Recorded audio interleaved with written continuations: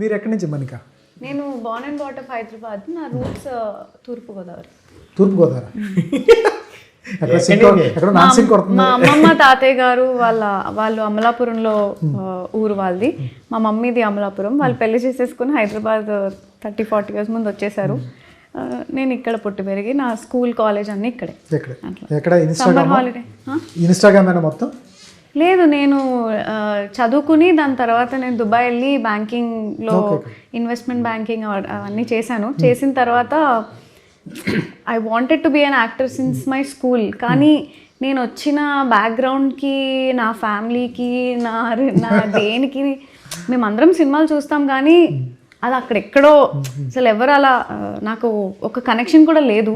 So నేను కూడా చిన్నప్పుడు స్లామ్ బుక్లో డాక్టర్ అంటాం, తర్వాత కొంచెం ఏజ్ వచ్చింది ఇదేదో ఫ్యాషన్ అని ఉంది, ఫ్యాన్సీగా ఉంది అని ఫ్యాషన్ డిజైనర్ అని రాయడం. బట్ లోపల ఇన్సైడ్ నేను హీరోయిన్ అవ్వాలి అన్న ఫీలింగ్ నాకు లేదు. బట్ నేను చేసే వేషాలన్నీ అవే. బేసిక్గా ఏం మూవీ వస్తున్నా ఏం వస్తున్నా స్టెప్ వేయడం. ఒక ఫన్నీ సీన్ చెప్పాలి ఏంటంటే,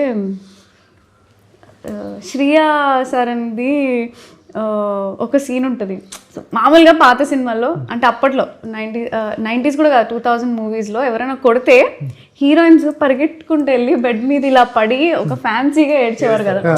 నేను అది చూసి అది రీక్రియేట్ చేయాలి.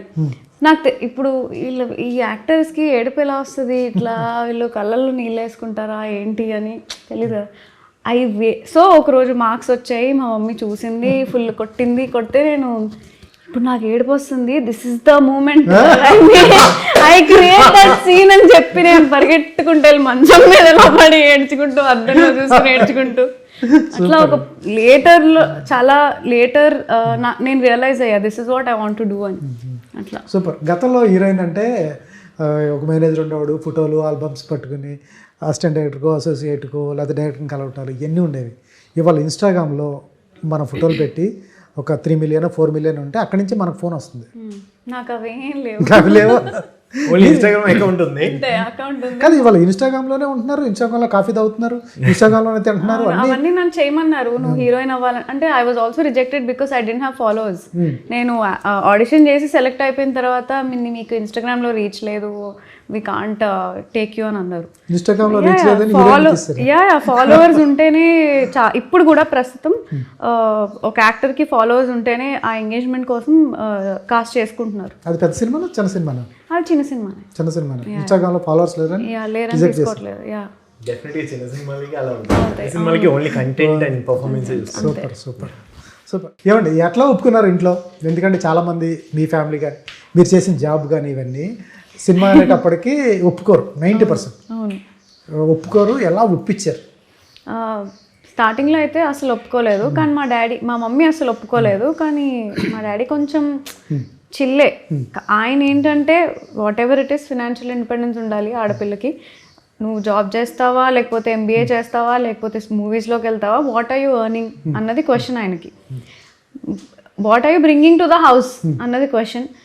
సో ఆ ఒక్క దాని వరకు ఫస్ట్ 1-2 years స్ట్రగుల్ ఉంటుంది కదా, ఆడిషన్ చేసి అదంతా చేసి. నేనేమో డిగ్రీ చేసేసి బ్యాంక్లో, అంటే నేను ఫస్ట్ వాళ్ళకి అబద్ధం చెప్పి రిజైన్ చేసి వచ్చేసాను. ఫస్ట్ ఆఫ్ ఆల్ నేను GMAT ప్రిపేర్ అయ్యి ISBకి అప్లై చేస్తున్నాను అని అబద్ధం చెప్పి ఇక్కడికి వచ్చి ఫిల్మ్ నగర్లో తమాడా మీడియాలో షార్ట్ ఫిల్మ్ అని తిరుగుతుండే.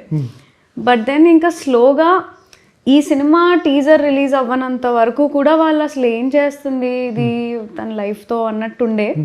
వాళ్ళ టీజర్ నేను మా మమ్మీని సెట్కి తీసుకొచ్చాను ఫస్ట్ 3 days. ఆవిడని తీసుకొచ్చిన రీజనే అది. అంటే వాళ్ళకు ఒక భయం అనేది ఒకటి ఉంటుంది కదా, సినిమా ఇండస్ట్రీ అనగానే ఇవన్నీ ఆలోచిస్తారు కదా. But it also depends on us. మనం ఎస్ చెప్తున్నామా నో చెప్తున్నామా, అది డేంజరసా గుడ్ ఇది అన్నది మన దాని మీదే ఉంటుంది. అవును. సో నేను అందుకని మా మమ్మీని తీసుకొచ్చి ఒక్కసారి మా సెట్ చూడు, మా రవి ఎంత మంచోడు, మా డైరెక్టర్ ఎంత మంచోళ్ళు, మా ప్రొడ్యూసర్ ఎంత మంచోళ్ళు. She saw all of that and she got really comfortable and she saw that okay దీంట్లో ఏదో ఉంది, షీఈస్ ఇంట్రెస్టెడ్ అంటే ఓకే అని చెప్పి వదిలేశారు. ఈరోజు వాళ్ళంత ప్రౌడ్గా, వాళ్ళంత ఎక్సైటెడ్గా, వాళ్ళంత ఇదిగా ఎవ్వరు లేరు. సూపర్.